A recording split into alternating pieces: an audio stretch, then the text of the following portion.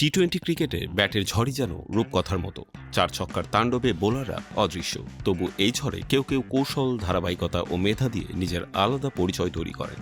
আফগানিস্তানের অধিনায়ক রাশিদ খান সেই বিরল কাতারের একজন, যিনি ঘূর্ণির জাদুতে বারবার ম্যাচের মোড় ঘুরিয়েছেন। 16 ফেব্রুয়ারি দিল্লির চলতি টি-20 বিশ্বকাপে সংযুক্ত আরব আমিরাতের বিপক্ষে মোহাম্মদ আরফানকে আউট করে তিনি স্পর্শ করেন 700 উইকেটের অনন্য মাইলফলক। টি-20 ইতিহাসে তিনিই প্রথম বোলার যিনি পৌঁছলেন এই জাদুকরী সংখ্যায়।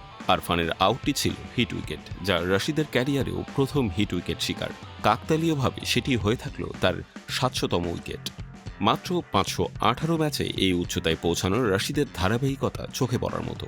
আন্তর্জাতিক ক্রিকেটে আফগানিস্তানের জার্সিতে তিনি 195টি উইকেট সংগ্রহ করেছেন, যা দেশের হয়ে তার অসাধারণ পারফরমেন্সকে প্রমাণ করে। এই অবদানের কারণে রশিদকে বিশ্ব ক্রিকেটে বিশেষ মর্যাদা দেয়া হয়।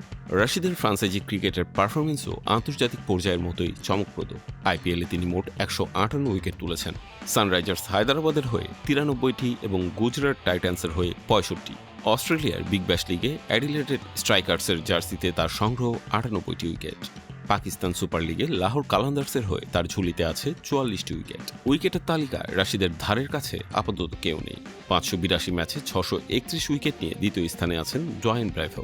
583 ম্যাচে 513 উইকেট নিয়ে তৃতীয় সুনীল নারিন। 500-রও বেশি উইকেট আছে আরও 3 জনের: ইমরান তাহির 572, আন্দ্রে রাসেল 508 এবং সাকিব আল হাসান 507।